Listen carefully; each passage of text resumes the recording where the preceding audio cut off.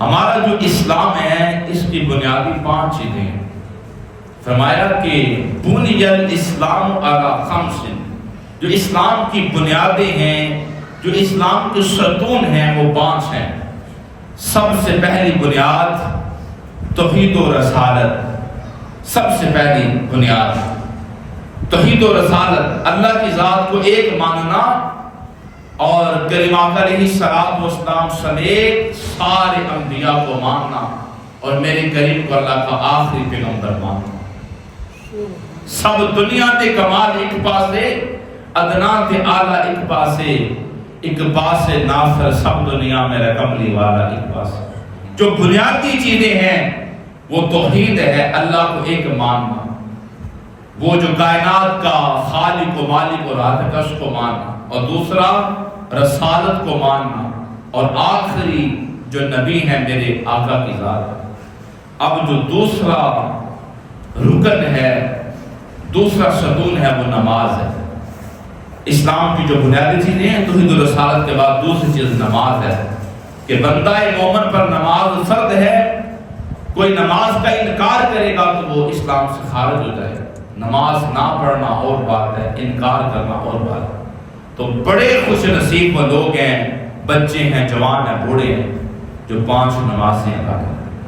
پھر نماز کے بعد جو تیسرا رکن ہے وہ زکوٰۃ ہے، کہ جن کو اللہ نے دیا ہوا ہے اپنے مالوں سے وہ اللہ کی راہ میں زکوٰۃ نکالے۔ اگر نہیں نکالیں گے تو گنہگار ہوں گے، مال میں وہ برکت نہیں رہے گی۔ تو اپنے مالوں میں سے زکوٰۃ نکالنا یہ بھی اسلام کا ستون ہے۔ تو 3 ہوئے۔ چوتھا جو بنیادی ستون ہے اسلام کا، جو بنیادی رکن ہے وہ روزے ہیں، رمضان کے، وہ رمضان کے روزے ہیں۔ اور 5واں جو ہے وہ اللہ کے گھر کا حج ہے، یعنی جس کے پاس دولت ہے، جس کے پاس پیسے ہیں وہ اللہ کے گھر کا حج کرے گا۔ اللہ کے گھر کا جو حج ہے، جس گھر کا ہم طواف کرتے ہیں، حج کرتے ہیں، یہ آپ کے علم کے اندر ہے کہ یہ 2 بڑی شخصیات حضرت ابراہیم علیہ السلام اور حضرت اسماعیل علیہ السلام دونوں نے مل کے یہ بنایا ہے۔ حضرت ابراہیم علیہ السلام مستری کا کام کرتے تھے اور حضرت اسماعیل علیہ السلام مزدور کا کام کرتے تھے، اور یہ معجزہ تھا کہ جس پتھر پہ کھڑے ہو کر وہ گارا پکڑاتے وہ پتھر ساتھ ساتھ ہی بڑا ہوتا جاتا۔ اگر 1 فٹ پہ کوئی چیز پکڑانی ہے تو وہ فٹ لمبا ہو جاتا، اگر 5 فٹ پہ آئے تو 5 فٹ اونچا ہو جاتا، یعنی ساتھ ساتھ وہ پتھر بھی جو ہے وہ بلند ہوتا رہا۔ دونوں باپ بیٹا نے مل کر یہ اللہ کا گھر بنا ہے۔ لیکن اس سے قبل جو خانہ کعبہ ہے اصل میں حضرت آدم علیہ السلام نے بنایا تھا، جہاں پر آج خانہ کعبہ ہے۔ جب دوسری بار تعمیر ہوا تو حضرت ابراہیم علیہ السلام نے تعمیر کیا، لیکن پہلی بار جب یہ بنایا تھا اللہ کا گھر تو یہ حضرت آدم علیہ السلام نے بنایا تھا۔ پھر بعد میں سیلاب آتے رہے، طوفان آتے رہے، نوح علیہ السلام کے جب زمانے کے اندر بے شمار سیلاب آیا تو وہ نشان باقی نہ رہا، واضح جو ملت تھی وہ باقی نہ رہی۔ تو کئی سال، کئی صدیاں گزر گئیں، اور کئی صدیوں کے بعد دوبارہ جس جگہ پر خانہ کعبہ کی تعمیر حضرت آدم علیہ السلام نے کی تھی اسی جگہ پر دوبارہ پھر حضرت ابراہیم علیہ السلام نے خانہ کعبہ کو تعمیر کیا۔ حضرت ابراہیم علیہ السلام کی جو سیرت ہے اس کو سمجھنا بڑا ضروری ہے۔ جب پتہ چل جائے گا ان کی سیرت کا تو خود بخود سمجھ آ جائے گی حج کیا ہے اور اللہ کے بندوں کی شانیں کیا ہیں اور قربانی کیا ہے۔ اور یہ آج کے جو دن ہیں یہ بڑے اہم ہیں۔ یہ سارا جب دھیان سے سنیں گے تو ان ایام کی فضیلت، حج کی فضیلت اور قربانی کی فضیلت ہمیں سمجھ میں آئے گی۔ میرے کریم آقا رحیم آقا، مدینے کے چاند، آمینہ کے لال، احمد مجتبیٰ، حضرت محمد مصطفیٰ صلی اللہ علیہ وآلہ وسلم نے ان ایام کے حوالے سے، آج 27 تاریخ ہے ذوالقعدہ کی، اگلا مہینہ ہے ذی الحج، تو اگلے مہینے کے جو پہلے 10 دن ہیں میرے کریم نے فرمایا پورے سال کے اندر اتنے قیمتی دن، اتنے فضیلت والے دن کوئی اور نہیں ہیں جو ذی الحج کے پہلے 10 دن۔ فرمایا ان 10 دنوں کے اندر کوئی بھی نیکی کی جائے تو سال بھر کی جتنی نیکیاں ہیں اس سے زیادہ ثواب ملے۔ ان سال پر جو کام بھی آپ کرتے رہے اس پر اتنا ثواب نہیں ملے گا جتنا ثواب یہ پہلے 10 دنوں کے اندر ملے گا۔ اور حدیث پاک میں آتا ہے میرے کریم نے فرمایا کہ جو پہلے 10 دن میں سے کسی ایک دن کا روزہ رکھے جو سمجھے کہ اس نے 1 سال تک روزے رکھے۔ ذی الحج کے جو پہلے 10 دن ہیں اتنی فضیلت ہے، فرمایا کہ پہلے 10 دنوں میں سے کسی ایک دن کا روزہ رکھا تو 1 سال کے روزے رکھنے کے برابر ثواب اللہ تعالیٰ عطا فرمایا۔ اور فرمایا کہ 10 راتوں میں سے اگر ایک رات کی عبادت کی تو ایسے ہی ہے جیسے لیلۃ القدر کی عبادت کی۔ جتنا ثواب لیلۃ القدر کی عبادت کا ہے اتنا ہی ذی الحج کی 10 راتوں کا ثواب۔ اب لیلۃ القدر کا ثواب کتنا ہے آپ کے علم کے اندر ہے، قرآن کہتا ہے کہ یہ ایک رات 1000 مہینوں سے بھی افضل ہے، 1000 مہینوں سے بھی یہ ایک رات افضل ہے۔ اب وہ رات ایک اتنی افضل ہے جہاں میرے آقا فرما رہے ہیں کہ جس نے ان 10 راتوں میں سے کسی ایک رات کی عبادت کی اسے اللہ لیلۃ القدر کے برابر ثواب عطا فرمائے۔ تو کتنے خوش نصیب وہ لوگ ہوں گے جو 10 راتوں کو ہی اللہ کی بندگی کریں گے، اللہ کی عبادت کریں گے۔ اور یہ پہلے 10 دن بھی جو ہیں یہ بڑے ہی زیادہ قیمتی ہیں۔ رب کائنات ہم سب کو ان 10 دنوں کی قدر کرنے کی توفیق عطا فرمائے۔ حضرت ابراہیم علیہ السلام بابل شہر کے اندر پیدا ہو گئے۔ یہ بڑی سمجھنے والی بات ہے۔ جو موجودہ عراق کا علاقہ، عراق ایران کے ساتھ آگے عراق ہے، عراق کے اندر ایک شہر ہے جس کا نام ہے کوفہ، اور جہاں امام حسین کو بلایا تھا خط بھیج کر۔ کوفہ سے ایک سڑک نکلتی ہے جو سیدھا بابل کو جاتی ہے۔ اب جو بابل شہر ہے وہاں پر حضرت ابراہیم علیہ السلام پیدا ہوئے۔ اب پھر اللہ کا حکم آیا، وہ علاقہ چھوڑا، پھر چلتے چلاتے فلسطین چلے گئے۔ پھر اللہ کا حکم آیا خانہ کعبہ آئیے، جہاں پر خانہ کعبہ تعمیر کیا۔ یعنی حضرت ابراہیم علیہ السلام کو جو ساری زندگی ہے وہ سفر میں گزری ہے، اور سفر کیا ہے اللہ کی رضا کے لیے، اللہ کی رضا کے لیے۔ بندے کو 3 چیزوں سے بڑا پیار ہوتا ہے، ایک اپنی جان کے ساتھ، ایک اپنے گھر اور وطن کے ساتھ، اور ایک اپنی اولاد کے ساتھ۔ یہ تینوں چیزیں حضرت ابراہیم علیہ السلام نے اللہ کے راہ میں قربان کر دی۔ گھر بار بھی چھوڑا، اپنی جان کی پرواہ بھی نہ کی، اور اپنے پیارے بیٹے کو اللہ کے راہ میں قربان بھی کیا۔ پھر وہ الگ بات ہے کہ اللہ نے تمہیں عطا کر دی۔ حضرت ابراہیم علیہ السلام اللہ کے خلیل ہیں، اور آپ کی سنت ہے کہ آپ بڑے زیادہ مہمان نواز ہیں۔ آپ کی توجہ چاہتا ہوں، حضرت ابراہیم علیہ السلام نے سب سے پہلے پیغام حق کا جو آغاز ہے اپنے گھر سے کیا۔ آپ کے والد گرامی وہ توحید پرست تھے، لیکن آپ کا جو چچا ہے وہ بتوں کی پوجا کرتا تھا۔ تو چچا کیا کرتا کہ مٹی کے بت بناتا اور گاؤں کے اندر، شہروں کے اندر وہ بیچا کرتا تھا۔ تو سب سے پہلے حضرت ابراہیم علیہ السلام نے اپنے گھر سے آغاز کیا، اپنے چچا کو بت بیچنے بنانے سے منع کیا۔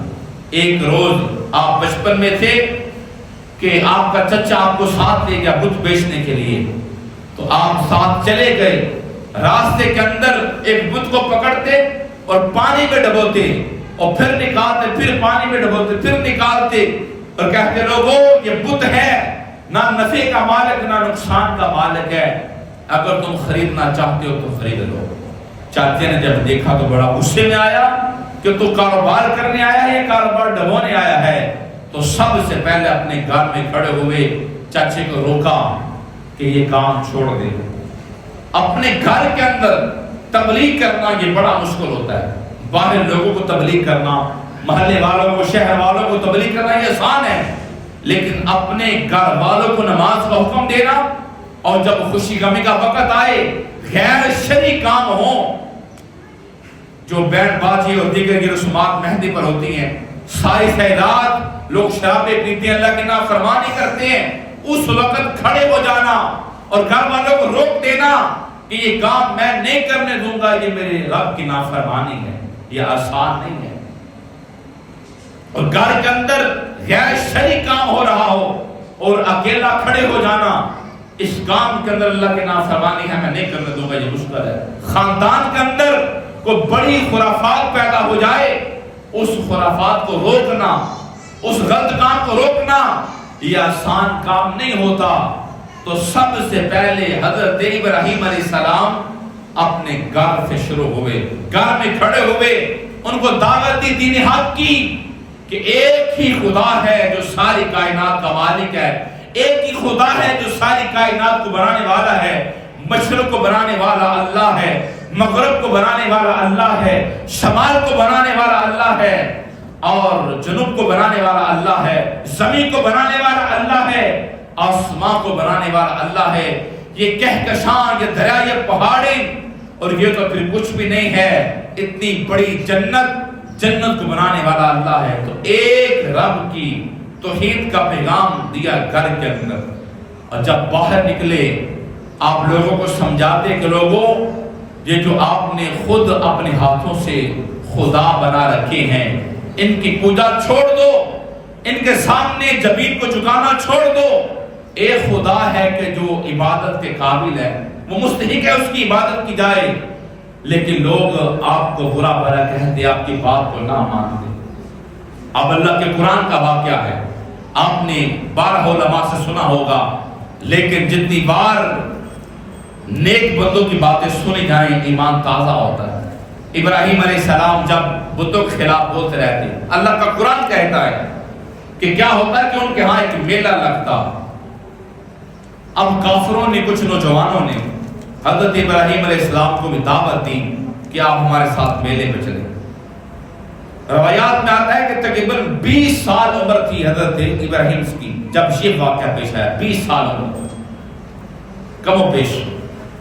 تو نوجوانوں نے دعوت دی کہ ہمارے ساتھ میلے میں چلیں، تو آپ ان کے ساتھ چلے گئے، لیکن راستے کے اندر کو بہانہ ڈال کر واپس پلٹ آئے۔ جب سارے کے سارے کافر میلے پہ چلے گئے، میلے سے یاد آیا کہ میلہ لگانا یہ کافروں کا طریقہ ہے، لیکن جو ہمارے ہاں ہوتے ہیں بزرگان دین کے، وہ عرس کہلاتے ہیں۔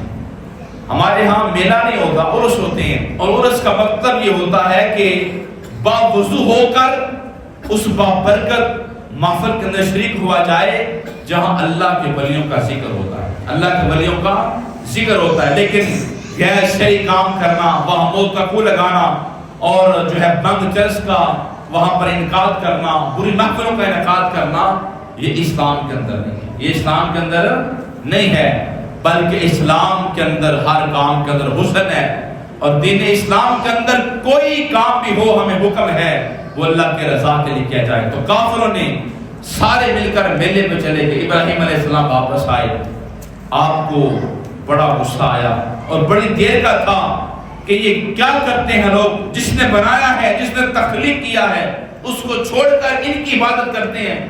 آپ نے ایک تلوار پکڑی اور سارے بتوں کو توڑ دیا، کسی کا سر توڑا، کسی کا بازو توڑا، کسی کی ٹانگ توڑی۔ جب سب کو توڑ دیا تو ایک جو سب سے بڑا بت تھا اس کو نہیں توڑا، اس کے گندے پہ کلہاڑی یا تلوار تھی وہ رکھ دی اور چلے گئے۔ جب سارے کافر واپس آئے، ان کا طریقہ یہ تھا، وہ میلے پہ جاتے، وہاں گناہ کرتے، شراب پیتے، برے کام کرتے، اور گھر جانے سے پہلے بت خانے پہ آتے۔ وہ سمجھتے تھے کہ ہم یہاں پر آ کر معافی مانگیں گے، ہمارے پچھلے سارے گناہ معاف ہو جائیں، ان کا یہ نظریہ تھا۔ تو میلے سے سارے اپنے بت خانے میں آئے تو کیا دیکھا کہ بت تو ٹوٹے پڑے ہیں، کسی کا بازو نہیں ہے، کسی کا سر نہیں ہے۔ اب اس سارے حیران پریشان ہوئے، یہ کس کا کام ہے؟ عام کام تو نہیں تھا، یہ تو جرت کا کام تھا، یہ بہادری کا کام تھا، ساری قوم کے ساتھ ٹکر لینا۔ لیکن اقبال کہتا ہے، یہ غازی تیرے پر اسرار بندے، جنہیں تو نے بخشا ہے روح کے خدائی، تو نے مل کی ٹھوکر سے دریا و صحرا، سمڑ کر پہاڑ ان کے ہے بسہرائی، تو عالم سے کرتی ہے بیگانہ دل کو، عجب چیز ہے لذت آشنائی۔ اور اے طائر لاہوتی، اس رزق سے موت اچھی جس رزق سے آتی ہو پرواز میں کوتاہی۔ ان کو پتا تھا یہ عام کام تو نہیں ہے، یہ جرأت مندانہ کام ہے، یہ بہادر کا کام ہے، کون کر سکتا ہے؟ اور کسی نے کہا کہ ایک نوجوان ہے جس کا نام ہے ابراہیم، وہ ہمارے بتوں کے خلاف بولتا رہتا ہے، ہمیں تو لگتا ہے یہ کام اسی کا ہے۔ اب کافر سارے کھڑے تھے، ابراہیم علیہ السلام کو بلایا گیا۔ ذرا سوچیں کہ سارے باطل عقیدے والے کھڑے ہیں، ایک حق والا کھڑا ہے، اور پیغام ہمیں یہ مل رہا ہے، لوگوں کبھی خلقت کو دیکھ کر، بڑے بڑے قبیلے خاندان کو دیکھ کر حق سے پیچھے نہ ہٹنا، جان چلی جائے گی لیکن حق باقی رہے گا۔ اور کربلا کے اندر بھی ہمیں یہی پیغام ملا، ایک قربانی ابراہیم کی تھی اور ایک قربانی کربلا میں تھی۔ پتہ ہے اتنی بڑی فوج ہے، جہاں چند لوگ ہیں، پتہ ہے کہ ہم شہید ہو جائیں گے، لیکن امام حسین کا پیغام یہ تھا گردن کٹا دینا، لیکن باطل کے سامنے سر جھکانا نہیں ہے، باطل کے سامنے سر جھکانا نہیں ہے، اور جو سر نہیں جھکاتے اللہ پھر دونوں جہانوں میں عزت عطا فرماتا ہے۔ ابراہیم علیہ السلام کو زمانے کا امام بنایا گیا، امام ایسے نہیں بنایا گیا، جتنا بڑا بندہ ہوتا ہے اتنی بڑی آزمائشیں ہوتی ہیں، جتنا بڑا بندہ ہوتا ہے اتنی بڑی آزمائشیں ہوتی ہیں، آزمائشوں سے گزار کر اللہ درجے عطا فرماتا ہے، اللہ مقام عطا فرماتا ہے۔ اب دیکھیے ابراہیم علیہ السلام پر کس طرح آزمائشیں آنا شروع ہوئی، کہ سب سے پہلی آزمائش یہاں سے شروع ہو گئی کہ سب نے آ کر پوچھا ابراہیم یہ تیرا کام ہے، یہ کیا کیا؟ تو بڑا تناؤ والا جواب تھا۔ یہ جو بزرگ ہوتے ہیں نا، اکثر جب بندہ وڈیرا ہو جاتا ہے اس کے پاس اچھی باتیں، حکمت والی باتیں آ جاتی ہیں، بڑا ہی لڑے نہیں جھگڑے نہیں ہیں، بڑے ہی اچھے لہجے کے اندر جواب دیا، کہا کہ مجھ سے کیا پوچھتے ہو، یہ جو بڑا بت ہے اس سے پوچھو کہ یہ حال کس نے کیا ہے، یا ان بتوں سے پوچھو کہ حال کس نے کیا ہے، کس نے مارا ہے۔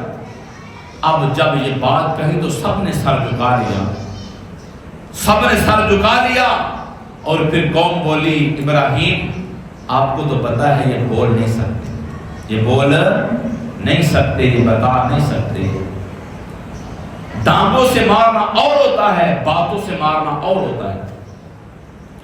بات ہی ایسی کر دی، وہ ساری قوم جس میں دنا بھی تھے سارے کے سارے چپ ہو گئے، خاموش ہو گئے۔ جب ابراہیم، قرآن کہتے ہیں ابراہیم نے جب یہ کہا کہ ان بتوں سے پوچھو کس نے حال یہ کیا ہے، تو کہتے ہیں کہ آپ کو پتا ہے یہ بت بولتے نہیں۔ تو کہا لوگوں اگر یہ بت بولتے نہیں ہیں تو پھر ان کی عبادت کیوں کر رہے ہیں؟ جو خود کو نہیں بچا سکے یہ آپ کو کیا بچائیں؟ جو خود کو نہیں بچا سکے یہ آپ کی حفاظت کیسے کریں گے؟ آپ کو کیسے بچائیں گے؟ جب یہ بات ہوئی، جب جاہل جو ہوتا ہے نا اس کے بعد دلیلیں ختم ہو جاتی ہیں، باتیں ختم ہو جاتی ہیں، وہ سمجھنے کے بجائے لڑنے پہ آ جاتا ہے۔ تو قوم نے کہا کہ ان کو آگ میں ڈالا جائے، اس کو آگ میں ڈالا جائے۔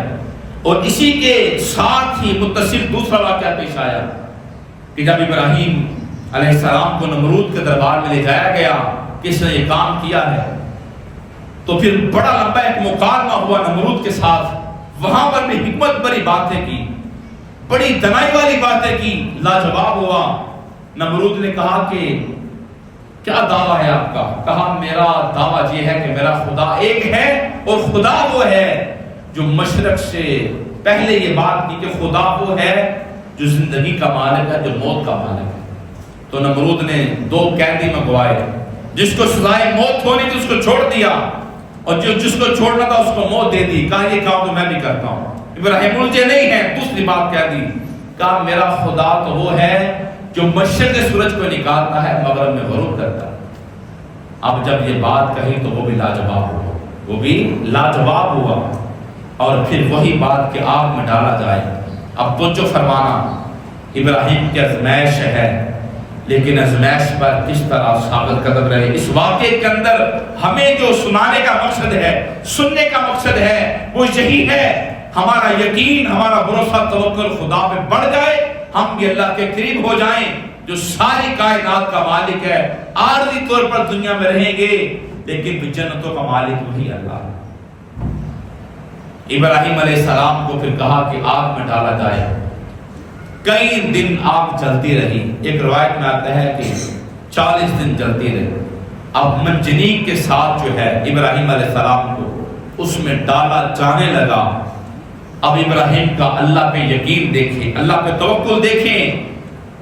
ہوا کا فرشتہ آتا ہے، ہوا کا فرشتہ، اور آ کر کہتا ہے ابراہیم اگر آپ مجھے حکم کریں میں اتنی تیز ہوا چلاؤں یہ ساری جو ہے وہ آگ اڑ جائے، یہ ساری بکھر جائے۔ آپ نے کہا مجھے تیری حاجت نہیں ہے، مجھے تیری حاجت نہیں ہے۔ اسی کے ساتھ پھر پانی کا فرشتہ آتا ہے، کہتا ہے ابراہیم اگر آپ حکم فرمائیں اتنی تیز بارش برساؤں میں کہ یہ ساری آگ بجھ جائے، کہا مجھے تیری بھی حاجت نہیں ہے۔ اور جب عین وقت آگ میں ڈالا جانے لگا تو تمام فرشتوں کا سردار جبریل امین آتا ہے اور کہتا ہے اگر آپ حکم کریں، کوئی میرے لائق حکم ہے تو میں فی الفور آپ کی بات مانوں گا۔ کہا کہ اے جبرائیل مجھے یہ بتا کہ میرا خدا مجھے دیکھ رہا ہے نا، میرے اللہ کو پتہ ہے نا کہ میرا خلیل آگ میں جانے لگا ہے، اسے تو پتہ ہے۔ کہا ہاں وہ تو دیکھ رہا ہے، وہ تو جاننے والا ہے، دیکھنے والا ہے۔ کہا کہ پھر جس بات میں میرا رب راضی ہے میں اسی پہ راضی ہوں، جس بات میں میرا رب راضی ہے میں اسی پہ راضی ہوں۔ اب جب ڈال دیا گیا، اللہ نے حکم دیا آگ کو کہ آگ ٹھنڈی ہو جا، آگ گلزار بن گئی۔ علامہ اقبال کہتے ہیں آج بھی اگر ابراہیم جیسا عقیدہ ہو جائے آج بھی اللہ کی مدد آ پہنچتی ہے۔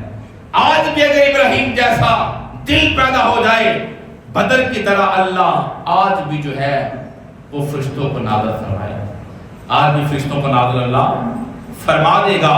لیکن بات یہ ہے کہ بھروسہ، یقین، توکل اللہ کی ذات پر جو ہے وہ پورا مضبوط ہو۔ اب جب کئی دن آگ جلتی رہی، جب آگ بجھی تو لوگوں نے منظر دیکھا کہ ابراہیم علیہ السلام صحیح سلامت ہے۔ اب حکم ہوا کہ علاقہ چھوڑ دے، علاقے کو چھوڑ دیا گیا، اور پھر حضرت امی سارہ کے ساتھ آپ نے شادی کی۔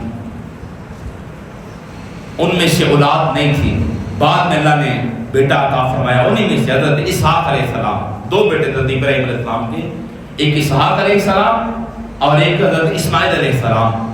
حضرت اسحاق علیہ السلام سے پھر آگے یعقوب علیہ السلام، اور پھر آگے جو ہے وہ یوسف علیہ السلام، پھر یہ لمبا سلسلہ چلتا رہا، بے شمار انبیاء ان کی اولاد میں ہو گئی، لیکن حضرت اسماعیل علیہ السلام کی اولاد میں سے میرے مصطفیٰ پیدا ہو، ان کی اولاد میں سے اللہ نے ان کو عطا۔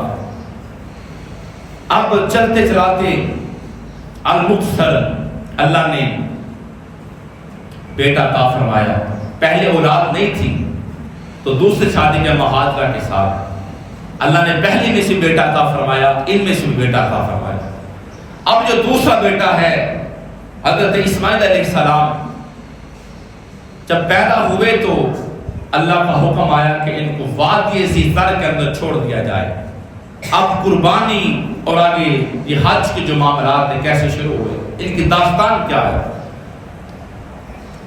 اب اتنا پیارا بیٹا ہو، پتہ بھی ہے یہ اللہ کا پیغمبر ہے، پتہ بھی ہے یہ اللہ کا پیغمبر ہے، آنکھوں کو ٹھنڈک ملتی ہو بیٹے کو دیکھ کر، اور جوان بیوی بھی ہو، لیکن حکم خدا بندی ہے ان کو وادی زیدار میں چھوڑ دیا جائے جہاں پانی بھی نہ ہو، جہاں پر جو ہے وہ خوراک بھی نہ ہو، لوگ بھی نہ ہو، جنگلات ہوں۔ اب اللہ کا حکم آیا ہے، پہلے اللہ کی رضا کے لیے گار میں الجھے، جنی پیغام حق دیا، پھر اللہ کی رضا کے لیے معاشرے سے الجھے، لوگوں سے الجھے، پیغام حق دیا، پھر خدا کی خاطر آگ میں ڈالے گئے، پھر علاقہ چھوڑا، اور آج اللہ نے نعمت عطا فرمائی ہے، اولاد عطا فرمائی ہے، جو بڑھاپے کا سہارا ہوتی ہے اولاد، جو آنکھوں کی ٹھنڈک ہوتی ہے۔ لیکن اب حکم آتا ہے ان کو چھوڑ دیا جائے، اپنی بیوی کو ساتھ لیا، بیٹی کو ساتھ لیا، تو مکہ شریف کے اندر آج تو وہاں شہر آباد ہیں، آج تو جو ہے وہ ساری دنیا کے لوگ چاہتے ہیں وہ مکہ پاک میں جائیں، وہ مدینہ پاک میں جائیں، لیکن تب وہاں کچھ بھی نہیں تھا۔ تو جہاں پر آج صفا مروہ ہے، اس پہاڑ کے اوپر دونوں کو چھوڑ کر جب واپس پلٹنے لگے تو اما حاضرہ نے پوچھا کہ ابراہیم یہاں تو کچھ بھی نہیں ہے، تو یہاں کیوں چھوڑے جا رہے ہو؟ کیا یہاں ہمارا رہنا یہ اللہ کا حکم ہے؟ فرمایا ہاں یہ اللہ کا حکم ہے۔ اتنی صبر کرنے والی عورت تھی، اتنی صابرہ تھی، کہا اگر اللہ کا حکم ہے تو پھر مجھے جہاں رہنا منظور ہے۔ آپ چلے کہ تھوڑا سا پانی تھوڑ کی خوراک جب وہ ختم ہو گئی، آپ نے داستان سنی ہے کہ اما حاضرہ نے پھر پانی کی تلاش کے اندر کبھی ادھر کو جاتی کبھی ادھر کو جاتی، اور حضرت اسماعیل علیہ السلام کی ایڑیوں کی وجہ سے وہاں پہ چشمہ نکلا، اور جب واپس دیکھا کر کہ پانی پاس نہیں تھا، جان نکلنے والی تھی، لب جو ہے وہ خشک ہو چکے تھے، تو کیا دیکھا کہ پانی نکل رہا ہے، آپ نے فرمایا زم زم، تھم جا تھم جا۔ میرے آقا نے فرمایا کہ یہ تو احسان ہے اما حاضرہ کا ہمارے اوپر، اگر وہ کہتی کہ تھم زم زم نہ کہتی، یعنی تھم جا نہ کہتی، تو آج ہر طرف پانی پانی ہوتا، آج ہر طرف پانی ہی پانی ہوتا۔ اب تب سے چلا آب زمزم کا یہ کنواں، جو زبان سے نکلا حرف زمزم، نام ہی وہی رکھ دیا گیا کہ آب زمزم ہے۔ میرے آقا نے فرمایا آب زمزم کو جس نیت کے ساتھ پیو گے اللہ وہ مراد کو پوری فرما دے۔ اگر آپ چاہتے ہو پیتے وقت کہ اللہ میرا حافظہ طاقتور کر دے، پانی پینے کے بعد اللہ حافظہ طاقتور کر دے۔ اگر آپ پیتے وقت یہ نیت کریں کہ میرا حافظہ جو ہے وہ جو میرا معدہ ہے یہ بہتر ہو جائے، اللہ اس پانی کی برکت سے جو ہے وہ معدے کی بیماریاں بہتر کر دے۔ کوئی اور مرض ہے، کوئی بھی مرض ہے، اسے شفا یابی پانے کے لیے حدیث پاک ہے، فرمایا جس نیت کے ساتھ بھی آپ زمزم پئیں گے اللہ آپ کو شفا عطا فرمائے گا، اللہ آپ کو شفا عطا فرما دے گا۔ تو پھر بیٹا جب 12-13 سال کا ہوا، 12-13 سال کا بیٹا بچپن سے آنکھوں سے دور تھا، جب جوان ہوا، اب بیٹے تو بیٹے ہوتے ہیں نا، باپ کو پیار ہوتا ہے۔ پھر ایک دن اچانک سے ابراہیم آتے ہیں اور اما حاضرہ سے کہتے ہیں کہ بیٹے کو تیار کرو، میں نے ایک دوست کی دعوت پہ لے کے جانا۔ ماں جی نے جلدی سے تیار کیا تو ساتھ بیچ دیا۔ جب گھر سے نکلے تو جلدی کے ساتھ شیطان آتا ہے اسماعیل علیہ السلام کے پاس اور آ کر کہتا ہے کہ پتہ ہے کہ تیرا باپ مجھے کہاں لے کے جا رہا ہے؟ کہاں لے کے جا رہا ہے؟ کہا دوست کی دعوت نہیں ہے، یہ تجھے اللہ کی راہ میں قربان کر دے گا، ذبح کر دے گا۔ کہا کوئی باپ بھی ایسے کرتا ہے؟ یہ کیسے ہوگا؟ کوئی باپ بیٹے کو ذبح کیسے کرتا ہے؟ کہا کہ اس لیے کہ اللہ کا حکم ہے، اس لیے وہ سمجھتے ہیں اللہ کا حکم ہے تو قربان جائیں اسماعیل پر۔ کہا یہ اگر اللہ کا حکم ہے تو ایک جان کیا 1000 جانیں بھی ہوتی میں اللہ کی راہ میں قربان کر دیتا، 1000 جانیں بھی ہوتی میں اللہ کی راہ میں قربان کر دیتا۔ اب جب دیکھا کہ جہاں پر دال نہیں گلی تو جلدی سے شیطان اما حاضرہ کے پاس جاتا ہے، ورگلاتا ہے، کہتا ہے کہ پتہ ہے کہ وہ کہاں لے کے جا رہے ہیں؟ کہا آپ بتاؤ کہاں لے کے جا رہے ہیں؟ کہا کہ وہ تو ذبح کرنے کے لیے جا رہے ہیں۔ وہی بات کہی کہ بھلا کوئی باپ بھی اپنے بیٹے کو ذبح کرے گا؟ کئی ابراہیم یہ سمجھتے ہیں کہ شاید یہ اللہ کا حکم ہے، اللہ کا حکم ہے۔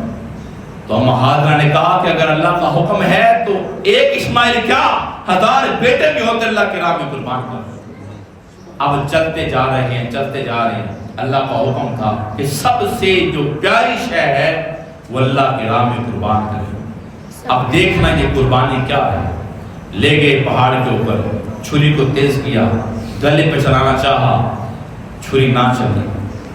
جس آگ کو اللہ نے حکم دیا ٹھنڈی ہو جا، آج چھری کو بھی حکم آ گیا ہے کہ چلنا نہیں، لیکن پھر دوبارہ اسے تیز کیا اور دوبارہ زور سے گلے پہ چلایا، چھری چل گئی۔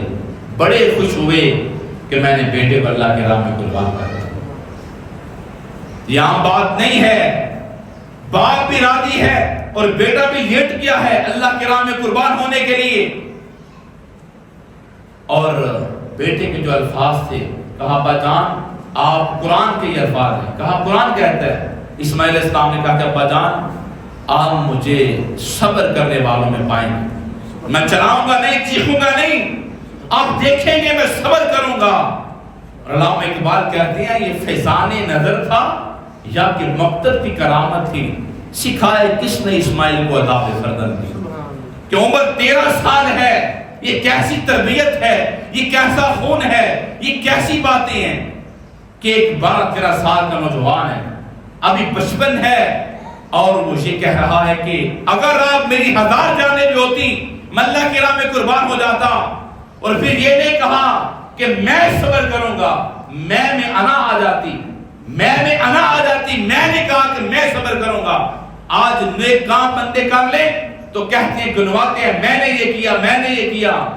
میں کا لفظ سوالی کا بلکہ کہا کہ آپ مجھے صبر کرنے والا پائیں گے، آپ مجھے صبر کرنے والا پائیں گے۔ پھر وہی بات ہوئی جب پٹی باندھی جانے لگی تو کہا ابا جان یہ پٹی کھول دیں، میرے ہاتھ بھی کھول دیں، کہیں لوگ یہ نہ کہیں کہ بیٹا ذبح نہیں ہونا چاہتا تھا۔ اور باپ نے زبردستی کر دیا ہے، باپ نے زبردستی کر دیا ہے، اب بیٹا لیٹ چکا ہے قربان ہونے کے لیے اور باپ راضی ہے ذبح کرنے کے لیے۔ اب چھری کو چلا دیا گیا ہے، چھری چل گئی، گلا کٹ گیا، لیکن کیا دیکھا کہ اسماعیل علیہ السلام پاس کھڑے ہنس رہے ہیں، مسکرا رہے ہیں، اور اللہ نے دمبے کو بھیجا، اسے ذبح کر دیا گیا، اسے ذبح کر دیا گیا، اور کہا کہ ابراہیم اللہ نے تیری اس قربانی کو اپنی پاک بارگاہ میں قبول کر لیا۔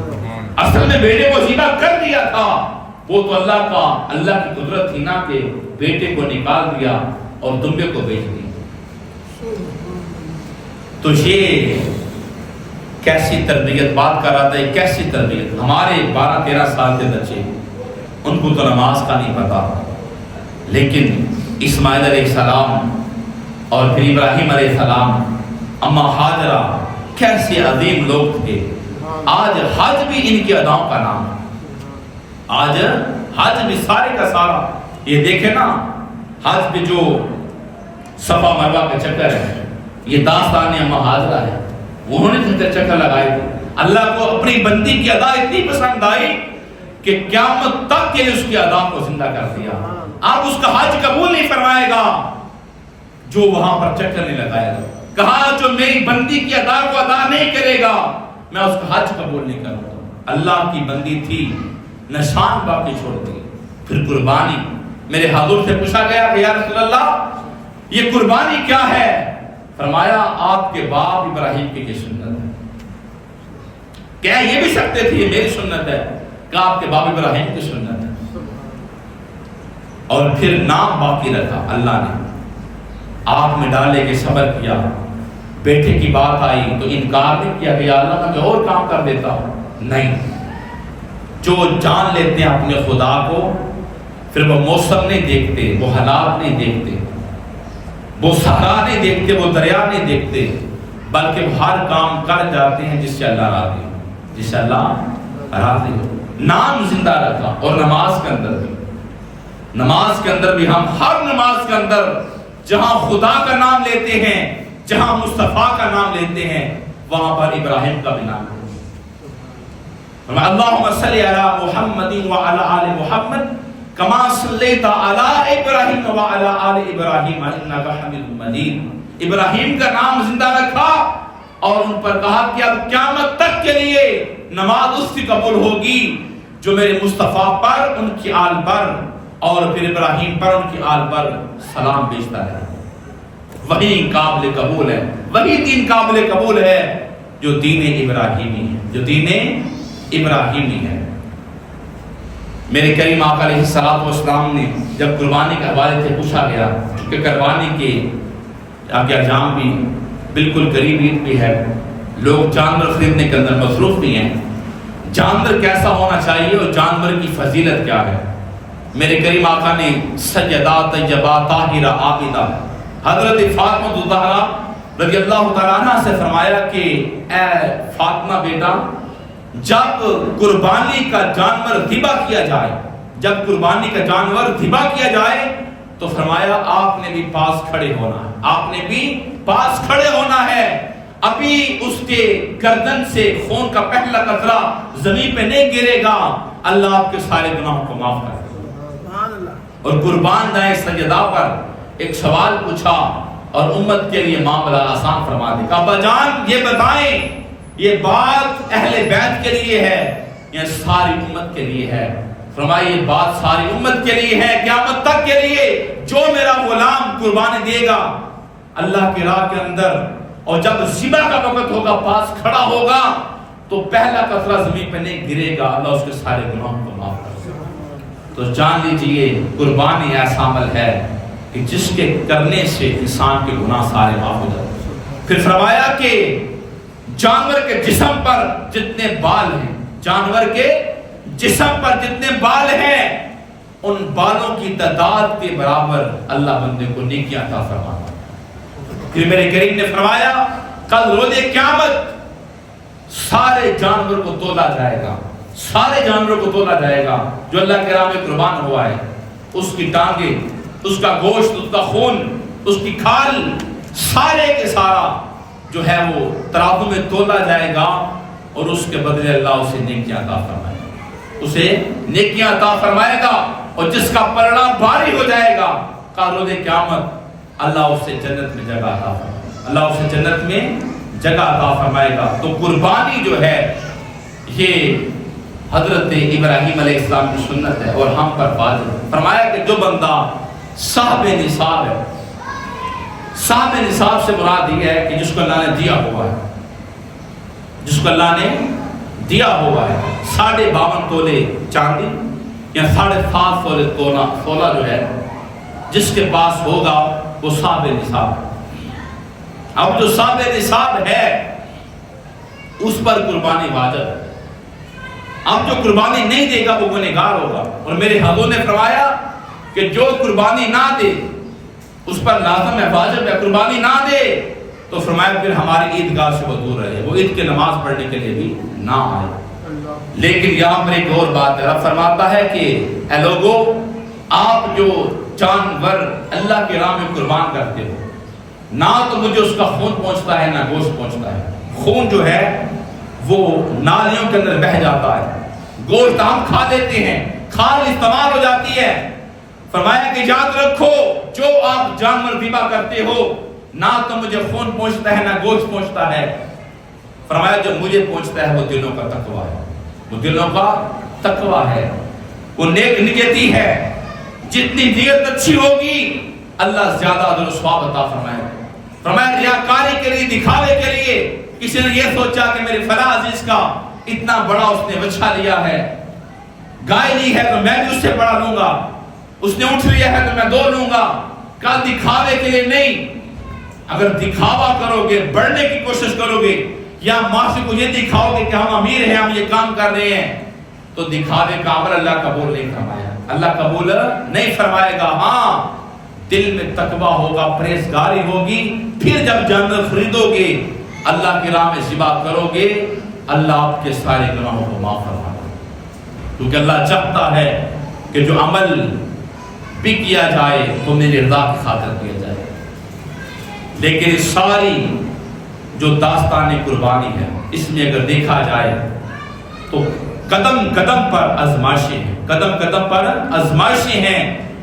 یہ بڑا اکثر لوگ گلی بازاروں میں بیٹھے ہوئے ایک بات کرتے ہیں جو بہت بڑی خرافات ہے کہ لا اکراہ فی الدین، کہ دین کے اندر سختی نہیں، دین کے اندر سختی نہیں ہے، دین تو نرمی کا نام ہے۔ یاد رکھیں دین کے اندر تو بڑی بڑی آزمائشیں بھی ہیں، دین کے اندر تو بہت بڑی بڑی آزمائشیں بھی ہیں۔ اس کا مطلب یہ ہے اگر کوئی عیسائی، کوئی یہودی، کوئی مجوسی آپ کے علاقے شہر میں رہتا ہے تو آپ سختی نہیں کریں گے، مارے گے اسے کہ دین قبول کر ورنہ قتل کر دیں گے۔ کوئی دین میں نرمی ہے، آپ اس کے سامنے کردار پیش کریں، اچھا اخلاق پیش کریں، اسے رہنے دیں، سختی نہیں کریں گے۔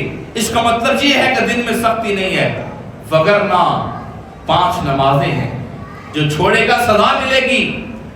حضرت صدیق اکبر نے جو زکوٰۃ نہیں دیتے تھے آپ کے دور کے اندر، کچھ لوگ جب حضور نے ظاہری پردہ فرمایا، کچھ لوگوں نے زکوٰۃ دینے کا انکار کر دیا، تو صدیق اکبر نے ان کے خلاف جنگ کی، کہا کہ ایک رکن کا بھی اگر انکار کرو تو میں آپ کے خلاف جنگ کروں گا۔ کہا زکات نہیں دی جائے گی گناہگار ہوگا، سردی کا موسم ہے، آزمائش کا موسم ہے، تو فرمایا نماز پڑھنی پڑے گی۔ اور اگر کوئی بہت بڑا بدبخت ہے، بادشاہ ہے، جو اسلام کے خلاف گستاخی کر دیتا ہے، تو پھر یہ نہیں دیکھنا کہ بہت بڑی فوج ہے، فرمایا اس کے ساتھ ٹکرا جانا ہے، یا تو مار دینا ہے یا پھر مر جانا ہے۔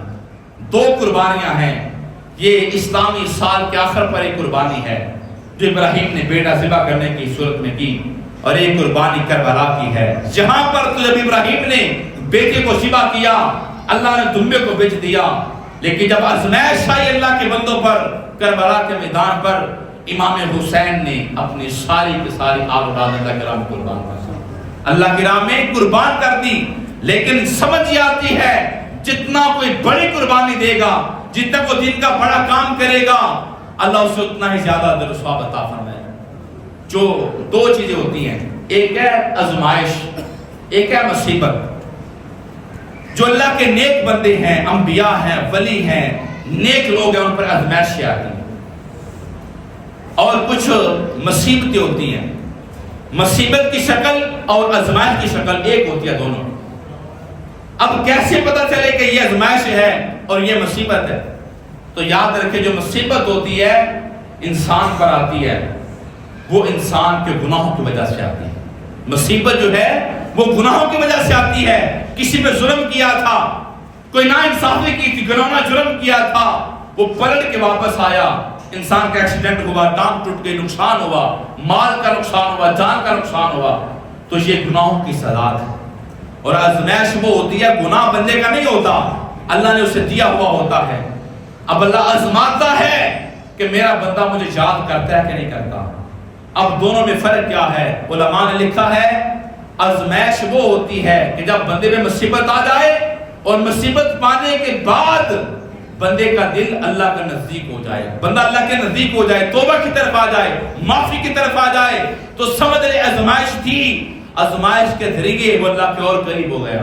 اور اگر گناہوں کی سزا ہے تو پھر وہ اور گناہوں کی طرف چلا جاتا ہے۔ جو گناہوں کی وجہ سے مشکل میں آتا ہے وہ پھر توبہ نہیں کرتا، اکڑتا ہے، بتاتا ہے میں نے یہ گناہ کیا، مصیبت آ گئی، مشکل میں جکڑا گیا، لیکن اور ظلم کر رہا ہے اور زیادتی کر رہا ہے، تو سمجھ لو پھر یہ مصیبت ہے اور یہ گناہوں کی وجہ سے۔ جو آزمائش ہے اس سے بندہ اللہ کی طرف آتا ہے، اور جو مصیبت ہوتی ہے گناہوں کی وجہ سے بندہ اور اللہ سے دور جاتا ہے۔ تو یاد رکھیں جس پر بھی گناہوں کی وجہ سے مصیبت آتی ہے، اللہ فرماتے ہیں مجھے کیا ملے گا؟ میں بندوں کو سزا دوں گا۔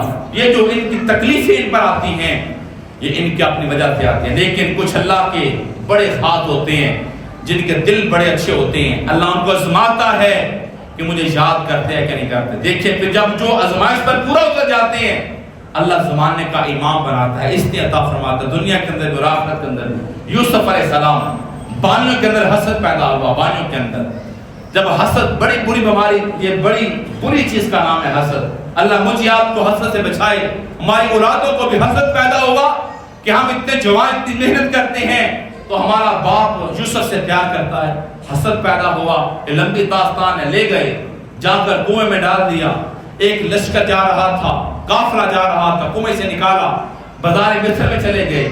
اب یوسف خاموش ہے، جب کنویں میں ڈالا گیا خاموش ہے، جب قافلے والوں نے اٹھایا تو بھائی کہنے لگے، دیکھ لیا، بھائی کہنے لگے یہ بھاگا ہوا غلام ہے ہمارا، ہم اسے ایسے نہیں جانے دیں گے، اس کے عوض دینار لیں گے، درہم لیں گے، بیچیں گے۔ یوسف دیکھتے رہے یہ میرے ساتھ ہو کیا رہا ہے، لیکن خاموش رہے۔ کنویں میں ڈالا گیا، جہاں بیچا گیا، مصر میں چلے گئے۔ اب مصر کے اندر بڑے بڑے کاروباری بندے سارے لائن میں لگ گئے، کتار اندر کتار، کیا ہو رہا ہے؟ ایک پیغمبر کو بیچا جا رہا ہے۔ ان کو کیا خبر تھی یہ کون ہے؟ اور جو ہے وہ بیچ دیا گیا۔ عزیز مصر نے خریدا۔ اتنی مشکلات کے بعد جب عزیز مصر کے گھر میں گئے تو کچھ سکون ملا، کچھ آرام ملا، لیکن آرام کے دن بڑے تھوڑے تھے۔ چند دن گزرے تو زلیخا نے تہمت لگائی تو جیل جانا پڑا۔ اللہ کا پیغمبر پاکیزہ تھا، جیل جانا پڑا۔ پھر جیل میں کئی سال رہے، بولے نہیں، خاموش رہے، صبر کرتے رہے، اللہ کی تقدیر کو دیکھتے رہے، اللہ کی یاد میں رہے، اپنا یقین توکل بھروسہ سب خدا پہ چھوڑ دیا۔ پھر صاحب تو جو فرمانا وہ یوسف جسے کنویں میں ڈالا گیا، قافلے والوں کے آگے بیچا گیا، مصر میں بیچا گیا، تہمت لگائی گئی، جیل کاٹی گئی، یہ سارے پروسیس سے جب اللہ کا بندہ گزر گیا، اللہ نے پھر وقت کا بادشاہ بنا دیا، اللہ نے پھر وقت کا بادشاہ بنا دیا۔ معلوم ہوا اللہ کی طرف سے جب دکھ پریشانی آتی ہیں، جو صبر کرتا ہے اللہ پھر دنیا کے اندر بھی عزت عطا فرماتا ہے، آخرت میں بھی عزت عطا فرماتا ہے۔ تو قربانی کا ایام ہے۔ آخری بات یہ ہے کہ اللہ تعالیٰ ہمیں اپنی رضا کے لیے صاف ستھرا جانور خریدنے کی توفیق عطا فرمائے۔ صاف ستھرے سے مراد یہ ہے کہ صرف جانور بھی عیب نہیں ہونا چاہیے، جو پیسے ہیں جانور خریدنے کے لیے وہ بھی حلال کے ہونے چاہیے، اور رب کائنات ہم سب کو اپنی راہ میں جانور قربان کرنے کی توفیق عطا فرمائے۔ وما علینا الا البلاغ المبین۔